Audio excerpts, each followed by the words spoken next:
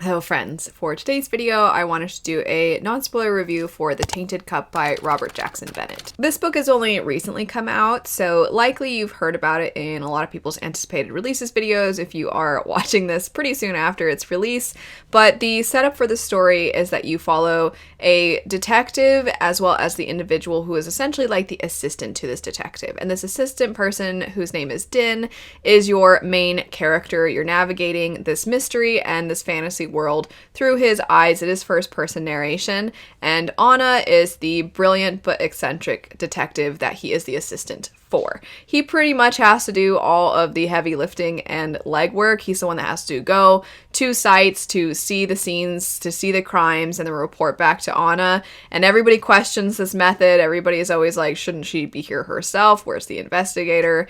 And Anna, despite pretty much hardly ever leaving her house and wearing a blindfold all of the time, seems to still be able to deduce things that nobody else would ever think to do. And so you're looking at a very odd two characters that have come together. The duo is very different in their personalities and how they approach things. Anna is mysterious but odd and scandalous and seems to have a past that nobody is quite sure the details about. And then Din is somebody who seems to be this clean slate. They seem like the perfect by the books kind of person. In fact, they're called naive a number of times because they do truly try to follow everything to a T exactly how they're supposed to, and you wonder, is this their personality or is this to hide something else that's going on? And these two characters together, the juxtaposition, I thought was great. I definitely liked having these two very different personalities have to work together. And you will see in the marketing that it's been compared to Sherlock Holmes because of that dynamic and the investigation aspect to the story. The thing that really excited me and that I really liked about this was the world, which I was not expecting at all. I knew that there was going to be some weirdness involving the murder itself, as there is a person who is killed at the beginning of the story. That's kind of how everything starts, is that our main character Din has to investigate this dead body that a tree has sprouted from. So I knew there was going to be some weirdness going on with the story, but I didn't know, is this going to be some kind of magic, some spell went wrong? I didn't know because I obviously hadn't read the book just yet, and I was really curious to jump in and see what's going to happen, but I wasn't expecting the world to be quite so epic in nature and to be so fascinating. So our main character himself, Luna Bear's here, my dog, if you're wondering. She's very cute. I'm not really sure why she suddenly feels the need to come hang out. She's curious about the book too, I guess. Recalibrate. Where was I? I was really surprised to see that Din is somebody who has had basically enhancements and augmentations done through these various plant properties. And these plant properties allow him to remember literally everything. So early on in the story, you see that when he's reporting back to Anna, she'll say, how many steps did it take to go from the door to, the room? Something along those lines. And he can think back. He kind of has a little eye flutter moment. And then he's like, 89 steps. He can remember everything, which is why he is so vital for the case and why people like him are so sought after. He's not the only form of an augmented person. There are a lot of other people who can have these enhancements done. Some people have enhancements that they are basically affecting their spatial awareness, which makes them really good when it comes to things like maps, architecture, and then you have other people who have physical enhancements, almost Witcher vibes. Not that the book is like Witcher, but I just mean this idea of there being these enhanced people. But then there are questions about what are the long-term effects of these things. There's a lot to take in about this world from that alone and from those components, but the world itself, not just those things, but the world itself was so cool. So there are these beings known as Leviathans, and their blood, if they happen to come onto land and die, their blood has very strange effects on the land itself. It impacts things. It can make places uninhabitable. The way in which the Empire works is that they have people protected through, basically it's like people pay to ensure their safety. The Empire has people that are monitoring whether the Leviathans are close. If the Leviathans are close and they're going to come to land, then they try to fight back against them. And all of that, I was like, oh my gosh, this is so cool. I was not expecting this murder mystery epic fantasy blend. I was really excited. And there are, in some ways, almost sci-fi elements to the story as well. So many different genres blended together in a way that I thought was fantastic. So in that sense, I think that this book is really showing what fantasy can be. I think it's kind of pushing the boundaries of fantasy, and that really excites me. Anytime an author also is going for something unique, different, that we've not really seen before, it's inventive, I always respect that, regardless of whether it ends up in the long run working for me or not. I just really like when authors take chances, especially nowadays in the landscape of publishing and the way in which, social media and publishing have sort of blended a little bit, and we see so many things involving trends. To see something break out of that and do something extremely different and unique is exciting. And I think it really shows. I think this book is going to work for a lot of people because it will show us just how much we've gotten used to the same old, same old. And I'm not dismissing books that are similar to other things. I think that there is a place for it. I just don't like when it feels like there's this imbalance where we don't really get a lot of the unique because we're solely focused on whatever the trend is currently. And then on the opposite end of the spectrum, I don't like when a really good work might be immediately dismissed because it's similar in some ways to something else that already exists. I think it's important to have both things. I think it's great when authors even break out of their own norm. And that is something that I wanted to mention really quick about Robert Jackson Bennett. I've only read the first Foundryside book. I never continued on with that series just because it didn't necessarily end up working for me as far as its tone. However, I feel like some of the adjectives that have been used to describe this, like inventive, creative, unique, are true of Foundryside as well. And then I haven't read, I believe the other series starts with the book City of Stairs. I haven't read that one, but I've heard it's quite different from Foundryside, and even if you don't love one, you might still really like the other. And that's great. I think some authors, you pretty much always know what you're going to get, and then other authors, you don't always know what you're going to get. And that's cool that they're able to branch out and do so many different things. I think this one, the reason I wanted to bring up Foundryside in particular is because I think Foundryside's the one that a lot of people know this author through. And Foundryside does have a sense of adventure to it. I don't want to call it juvenile, but in comparison to this, I do think that the tone is quite different, and Foundryside leans more into that more youthful feel, whereas this one feels more adult, even though they're both categorized as adult fantasy. So while there are similar words you can use to describe them and their world building, I don't actually think that the works are similar at all. I don't know that if you had somehow managed to hide the author from me and I just picked these up on my own without knowing who wrote them, I don't know that I would have ever realized it was the same author, which is exciting. Maybe for some people though, that's a con. Maybe they're like, I wanted something that had a very similar tone to Foundryside.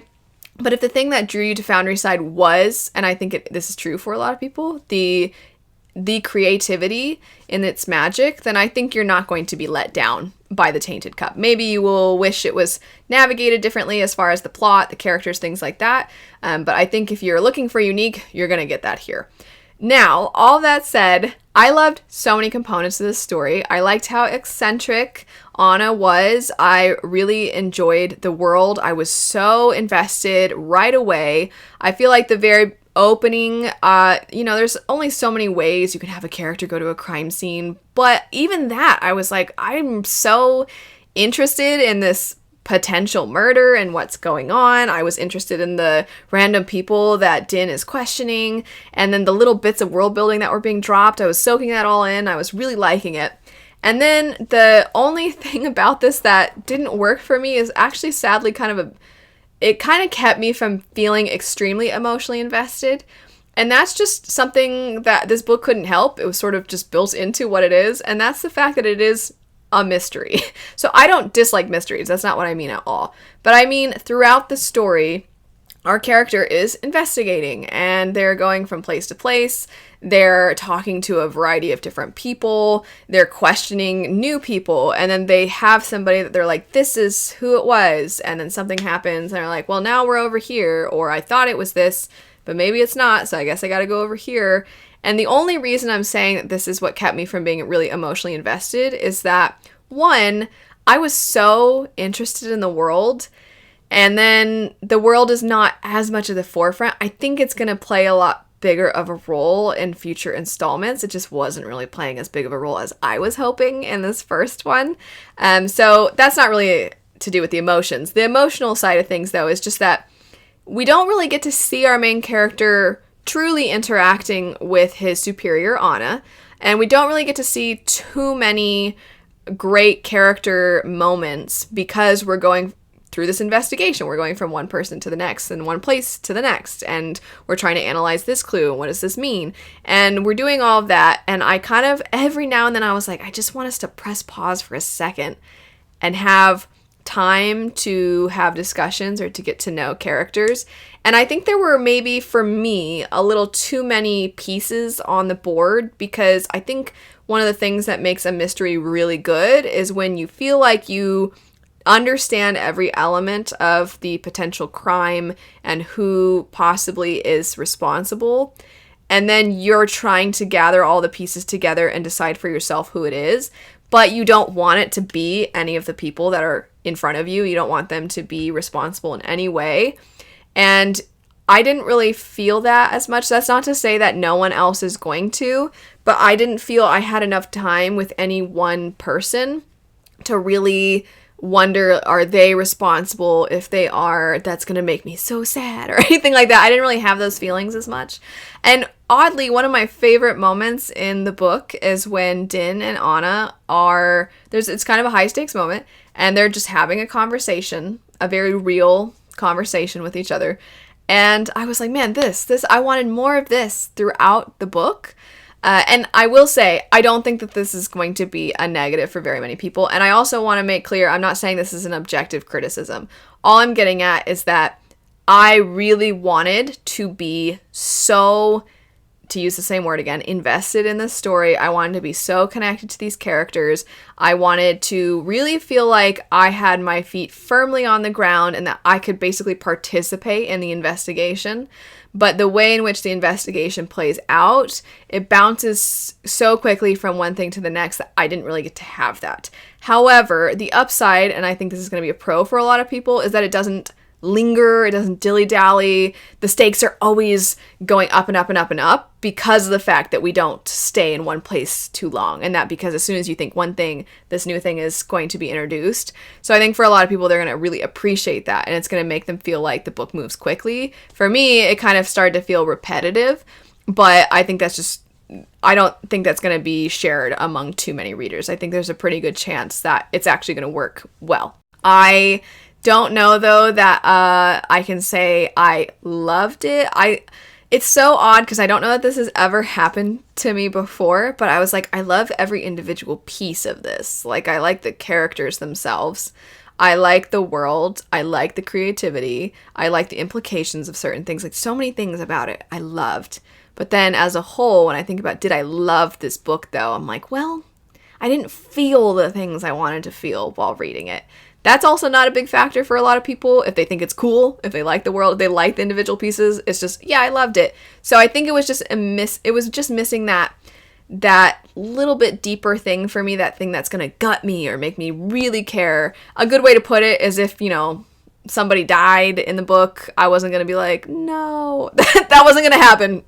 That's probably the best way to capture what I'm trying to say. Whereas other books, and I know that a lot of us have experienced this, where you're like, if this person dies, and then fill in the blank with whatever emotion you're going to feel or whatever thing you're going to want to do as a result. I didn't really have that in this, and that is what often takes books to the next level for me. That said, it did so many things so well that I still think, 1, a lot of people are going to like it. 2, I think a lot of people should check it out.